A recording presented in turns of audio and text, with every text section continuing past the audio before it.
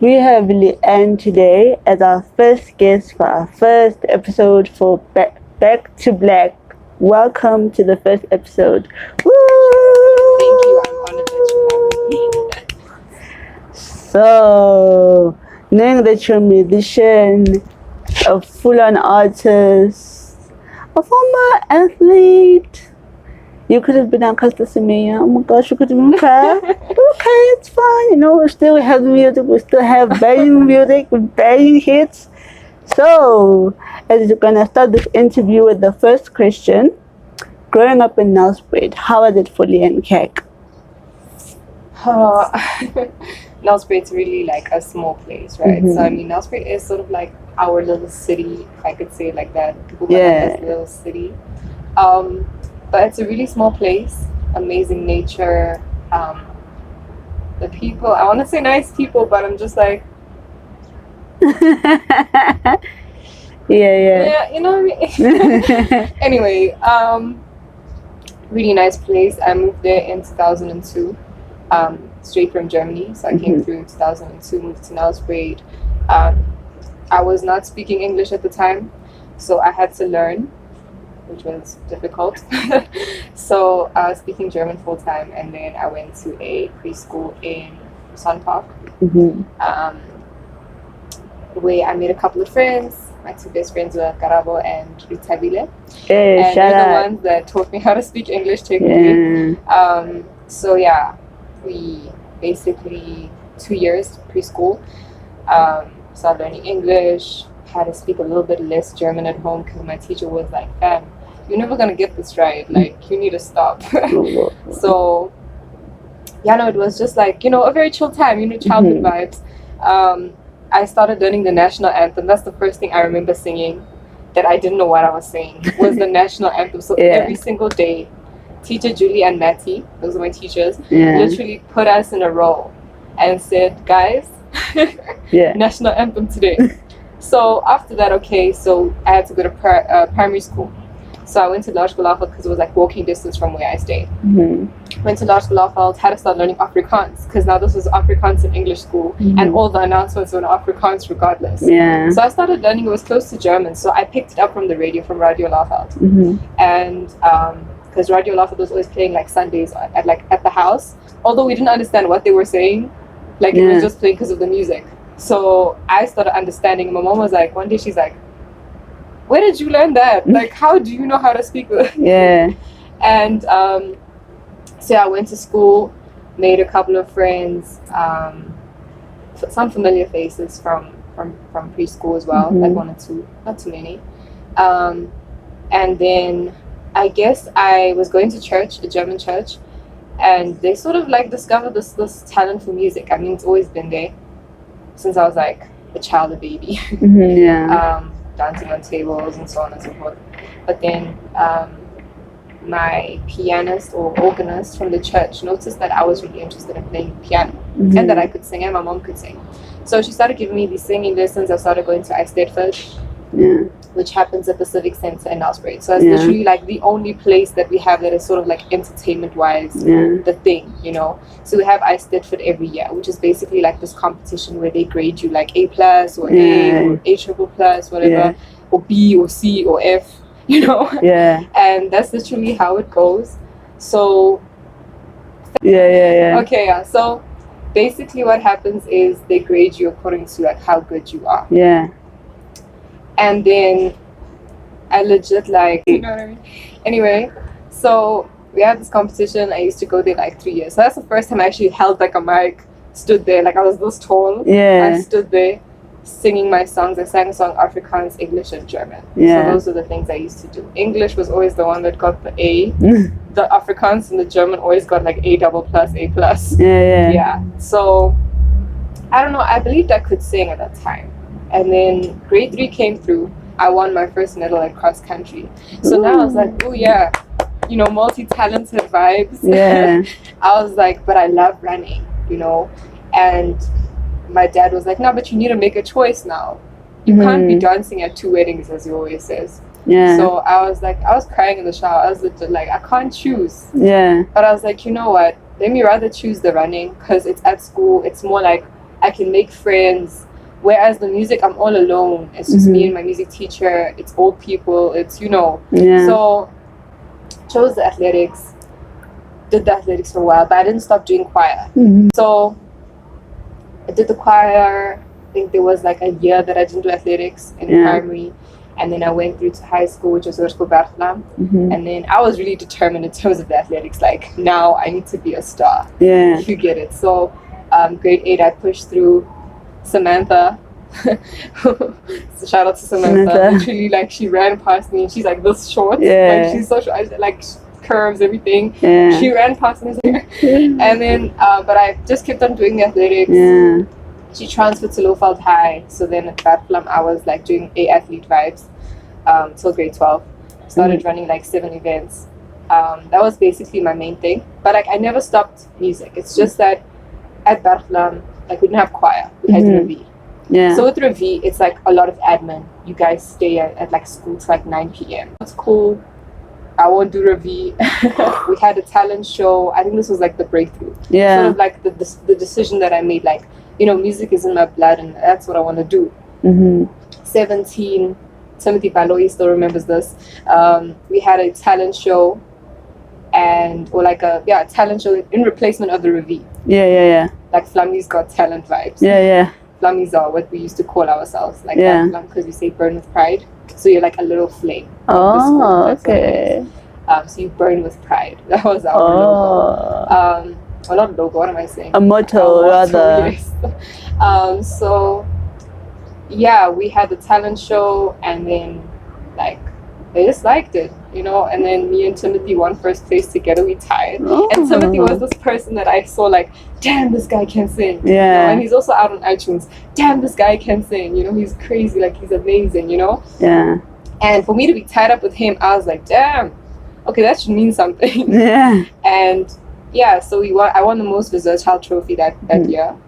And then obviously metric came through, prelims, whatever, we were going crazy. That's when we like really like focused on academics. Feeling the heat. And then after that, like, but it's always been a dream to like come to the city. So that's why I think I held the brake on it before actually starting something. So I held the brakes. But of course, like, when I was 18, I was doing like the whole production thing at the house, learning how to use there's this thing called LMMS. Which no one knows about, but it's a production program. But everyone's using FL Studio.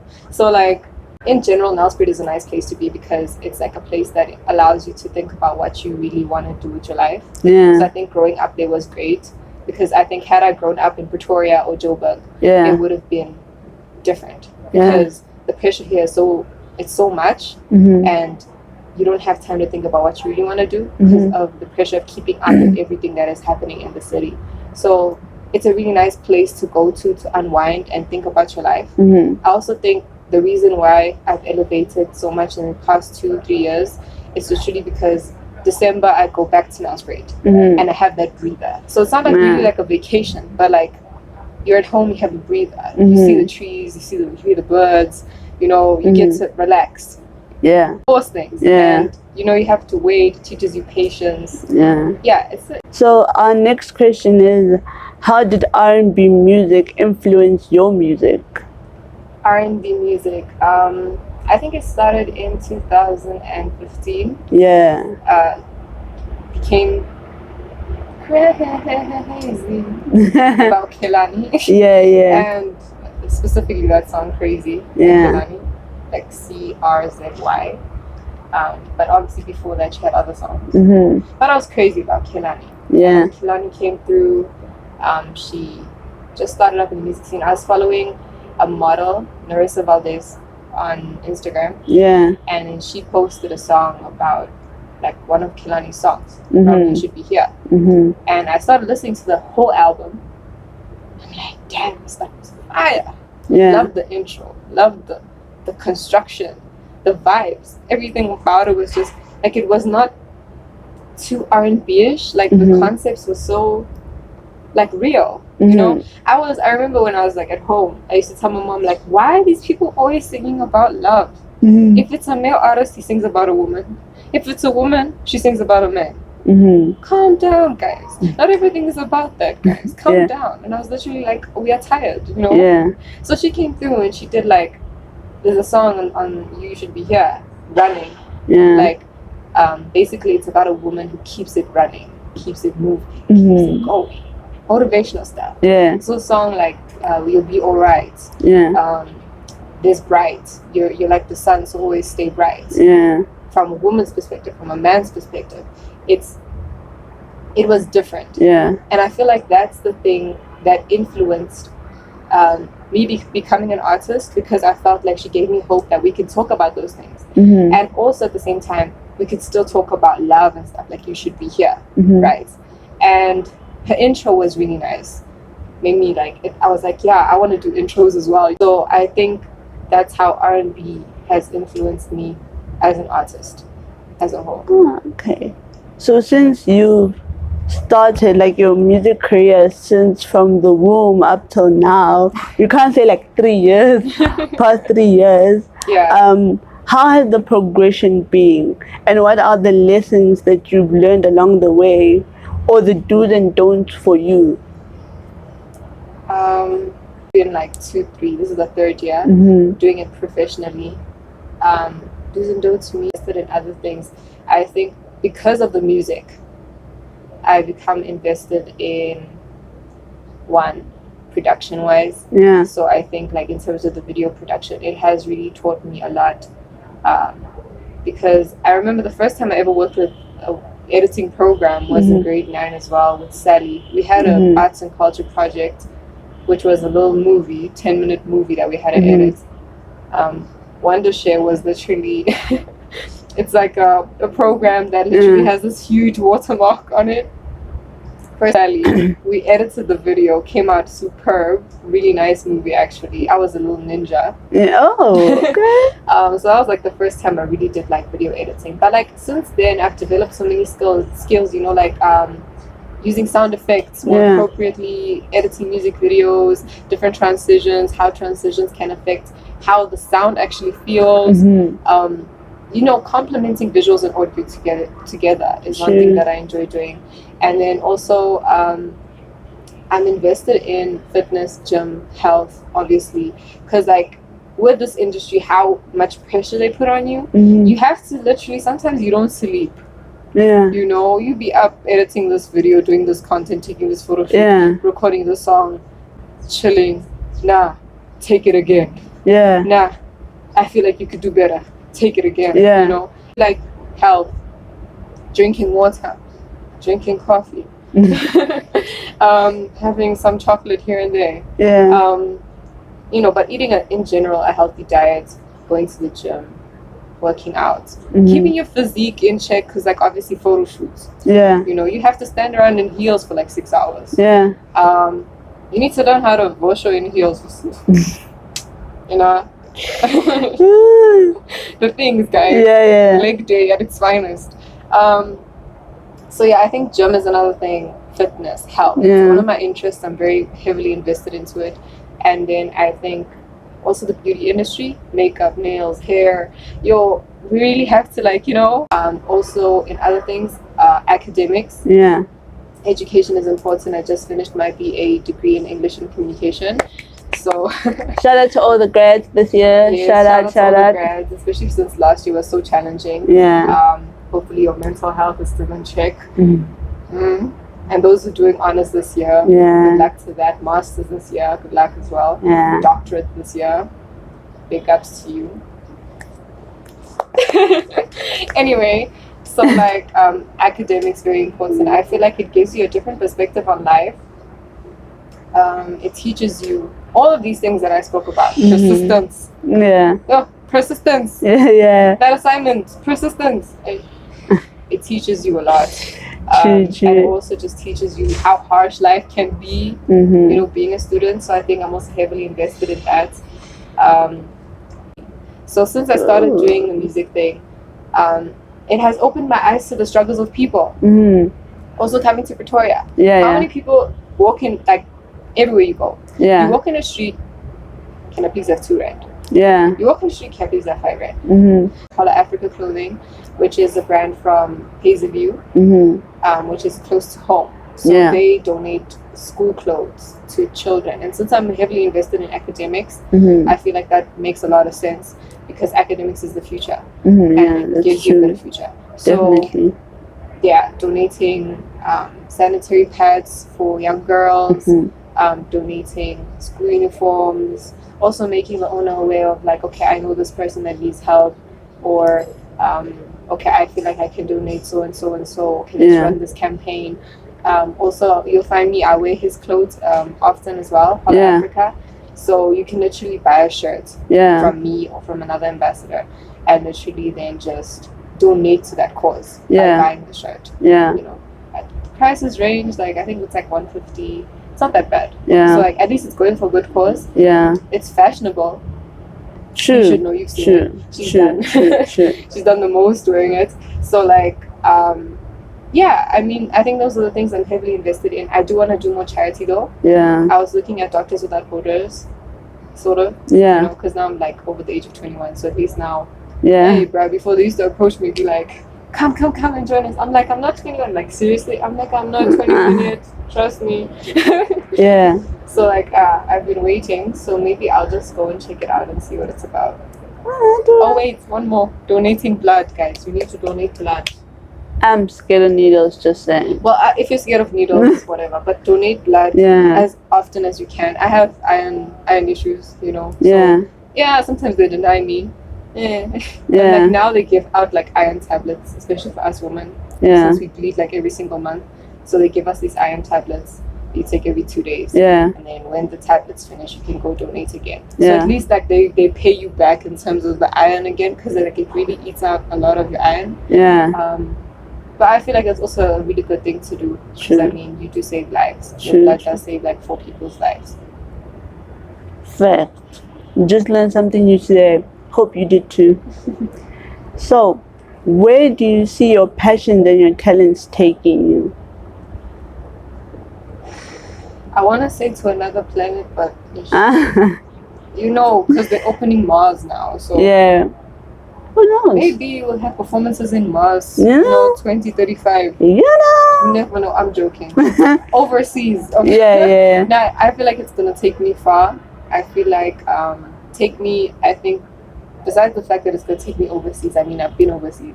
I'm from overseas. So that's not really like important. I feel like the important thing is it's gonna take me to new places with new people and new experiences. And it's gonna teach me things in life. It's gonna make me a better person, and it's gonna help me hopefully be a good influence to other people. Motivate them and keep them going, because I mean there's a lot of people that feel like, you know, this is the end for me. And I really like want to be one of the reasons why sometimes a person can say, yeah, no, but I felt there was hope for me. You know, because things get really hopeless. And things get it's really like, life is so difficult. I really wish I could be the person to be like, yeah, but you know what, it's gonna be fine. Like, everything that you're going through, it feels like you're in this box. But that box, eventually, it's gonna break, because there's always a bigger box within the box that you were in. So you just need to break out of your shell. You need to just get out of it, and you will eventually. You know. I feel like your last record did that for me also, and it put me in a mind frame, or took me out of my comfort zone in terms of focus on what you have and use what you have already. So like your record up till now for me has done so many like little things that now lead to this big thing, and now has led to the first episode of Back to Black. So for me it's kind of like going back to my history and actually re-evaluating like what it is to like do what I want to do and do what I love to do, and making sure that what makes me happy at the end of the day is investment for me. It might not be investment in money right now, but it's investment for the soul. Like it feeds the soul, and like it makes sure that like I'm okay, like I'm not going crazy all the time. So we are thankful. Thank you, definitely. So now that your future looks so bright, and it's shining our eyes, Blinding. like shine bright like a diamond, you are a star. Like in our presence, you are a star. So you always emphasize independence. Why is independence so important? I think independence is important because it protects your uniqueness. Yeah. And I think independence has been key for me because as an only child, there is no other way. Yeah. You know, everything is on you. And being an artist that I am, or the artist that I am, I started out having to be very self-resourceful. You know, when financial is lacking in terms of what you want to invest in terms of your music, sort of like use what is around you. As you said, you have to use what is around you, and that is where I learned this independence. Because if you're not gonna do it, who's gonna do it for you? Yeah. You know, even if it's just a thought. Yeah. It can be a thought of, I can do this. That's independence. Yeah. That's you showing yourself, you know, I can do this. Yeah. Not I can do this because, or I can do this but what? Yeah. I can do this if. Yeah. No, I can do this because I know I am good enough, me, myself, and I have the resources that I have. 2 hands, 2 legs, 2 whatever, 10 fingers. Some of us have 8. I have a friend that has 8. And she still does the most. Yeah. Never stopped her. Yeah. So, I mean, like, we have our resources. We should use that appropriately. And to the best of our ability. Yeah. So I think independence is important because also people are not to be trusted. Yeah. I've seen a lot of people that put in, artists that put in so much into their team, so much into who they work with, that a day there's an altercation, a conflict, this person leaves, that person leaves, the other person leaves, Yeah. the person falls. Yeah. There's nothing left, there's no strong foundation for that individual. That's why independence is important. Yeah. You should be independent to a point where you need balance. You need to say, okay, I still need other people, but you always need to condition yourself to think, oh, if this person leaves me, then what? Yeah. You know, same thing, like we all have family members. Yeah. If my family member leaves, then what? Yeah. What am I gonna do? You know, because that's just how life is. Yeah. If my job leaves me, then what? You see, you always need to sort of be ready. Yeah. And we can't always be ready. But I mean, true. You sort of have to, I feel independence is that faith in yourself. Yeah. And you need that because when life gets tough, these people leave you. There's nothing you can do about it. You can't control it anymore. There's only one thing left that you can control, and that's your perception about yourself. Yeah. Who you say you are. True. What you believe. As long as that foundation is there and it is strong, that independence is there. You're Gucci. You're great. Yeah. So you need to make sure your independence is in check. Yeah. Because it's the only thing left when everybody leaves you. Yeah. So now that you've told us this information, this brilliant information, this so resourceful information, it's like so feeding information. Okay, I learned something. I almost spilled a tear, you know what I'm saying? But like self-belief is very important. My mom always tells me self-belief is the one thing a human being can have in themselves, whether they are judged by people like you said, whether things disappoint you in life, because you always come across that, whether it's through a person or a thing that you trusted or an object. Why do you think for you self-belief is important for your dreams? As I did mention with independence, you know, it's believing in yourself, basically. So I explained why independence is important. Same thing with self-belief. I mean, if you don't have, I believe strongly, if you can't do it for yourself, you can't expect others to do it for you. Exactly. Not even that you have to force yourself to do it for yourself. Yeah. Just believe that you deserve it. Yeah. Just believe that you are worth that belief is enough. You know, that's your value, and it lies in that, and it's you have this. It's intuition. Yeah. When you go for the thing that is what you're meant to do, your intuition will tell you. True. You're going in the right way. Yeah. You are now on the right path. Yeah. When you feel like I'm going in the wrong path, yeah, your self-belief will drop, obviously, because you're like, I don't know, is this really like, does this make sense for me? Yeah. No. So self-belief is important because it also guides you to show you you're going the right way or not. Yeah. It's directing you. Yeah. So if you like are in touch with it, you will know exactly what is meant for you, what is not meant for you. And I also think it also blocks out like the negativity from outside as well, and also blocks out like people who always say the negative things. Like I love this one rule that Beyonce has of no scrolling, you know, don't scroll on social media, because when like you're an artist or when you're a person of influence and like you read that one bad comment, like everything just like falls off. So it's like, like you have to, as I said, self-define yourself. Yeah. You have this very strong belief about this is who I am. True. You know, you have to have that, because people are gonna come and say, LIANE, she's not even that pretty. Yeah. And you're just gonna be like, yeah, I'm gonna wake up, drink coffee, I'm not pretty, my whole day's ruined. Now come on, fam. Why are you really doing this music thing? Yeah. They don't believe in you. No, this auto-tune, it sounds bad. Your face. Yeah. My language. She messed up your face. Whatever. Yeah. You're just gonna be sitting there the whole time, be like, yo, my face is messed up. Yo, this. Yo, that. This, that. Yeah. No, but if you know someone comes up to you, you're not that pretty, you'd be like, okay, cool. If I'm not that pretty for you, it's fine. I'm pretty for myself. And since I'm pretty for myself, doesn't mean you're not pretty. Everyone is pretty in their own way. Yeah. So if you don't see my pretty, I can't hold that against you. Yeah. You know?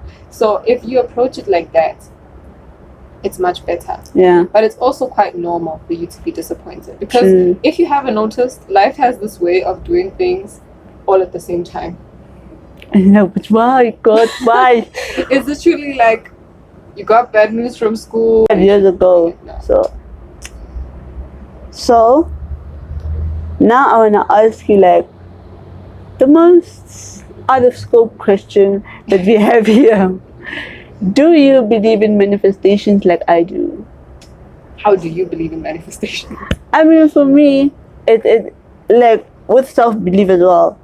I've gone through the most of struggles, especially being a hard of hearing child, and like going through my community and going through like my network of people and just being like, guys, I cannot hear, so please let's talk just slow and just let's communicate, you know. But also for me, manifestation it comes from me spiritually being inclined, me knowing that I am worthy to achieve what I want to achieve, but also wishing others well, and going, okay, LIANE is going to achieve what she wants to achieve, you know, also in prayer as well. And for me, manifestation is manifesting or being the man or the human being fasting in what I want to fast in, and sowing my seeds as well onto good soil as well. Some seeds, you know, they get trapped in, you know, the thorns and stuff, but we learn and we live and we love, and just being positive, although sometimes you go through like negative things as well, and also speaking to the universe as well, and also speaking to like your small group, you know. You don't speak to everybody about your dreams, because you know somebody here might be crushing like, yeah, for God, yeah, don't make it happen for her, you know, she doesn't make it for us, so you know. But keeping it close and close knitted, I think for me that is my definition of manifestation, and making sure that I'm okay with whatever happens. You know, sometimes it's crashing, you know, there's one day where you cry, but you know, the next day it's like, yeah, we're going for it, you know. You fall 99 times, but the 100th time you get up. So for me, that is manifestation. What is it for you?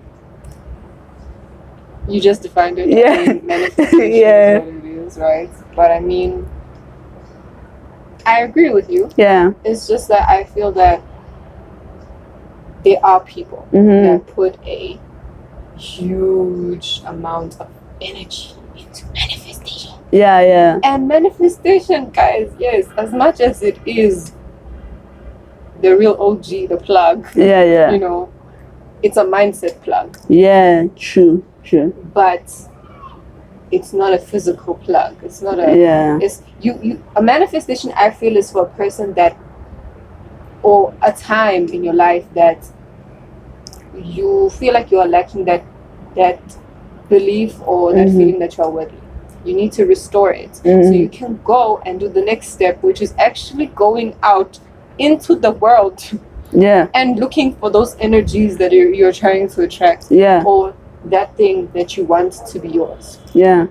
I cannot say I deserve, I manifest tomorrow I will start dressing like the Duchess of England. Yeah. Well, she stepped down, right? But I mean, as Meghan, right? Yeah. I'm gonna dress like Meghan. Yeah. And sit at my crib. And not do anything Technically. about it. Exactly. You don't go to the mall. You don't online shop. You don't do nonsense. You just sit there. I'm manifesting. Yes, I'm going to look like Meghan. Like Meghan. It's not gonna work out, you know. Like, you have to go and put in the work as well. So as much as I believe that manifestation is important, it's a very private thing. Yeah. It's a very personal thing. I feel that you have to, as I always say, find a balance. My life is all about find the balance. Too much of a good thing can be a bad thing. Doesn't function anymore. Yeah. Too many hi-hats, hits, snares, 808s on a beat makes it sound like we're doing metal grunge when we're trying to do R&B. Sure. That is not what we're trying to do here. So too much manifestation can actually cost you your dream, because you feel that you manifest so much. I'm putting so much energy into this manifestation, but nothing is coming out of it. You lose hope in what you're manifesting for, because you're not doing nothing. You're not going and you're not doing anything. You're sitting on the couch manifesting. No, that's not how it works.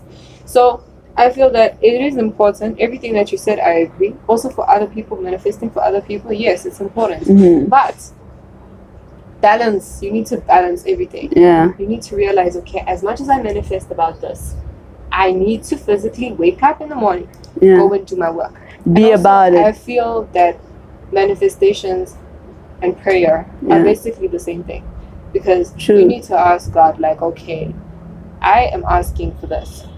If you're asking, you feel like you're worthy to have it. So if you're not asking, how are you going to get it? So you rather ask first, you believe that you're receiving it.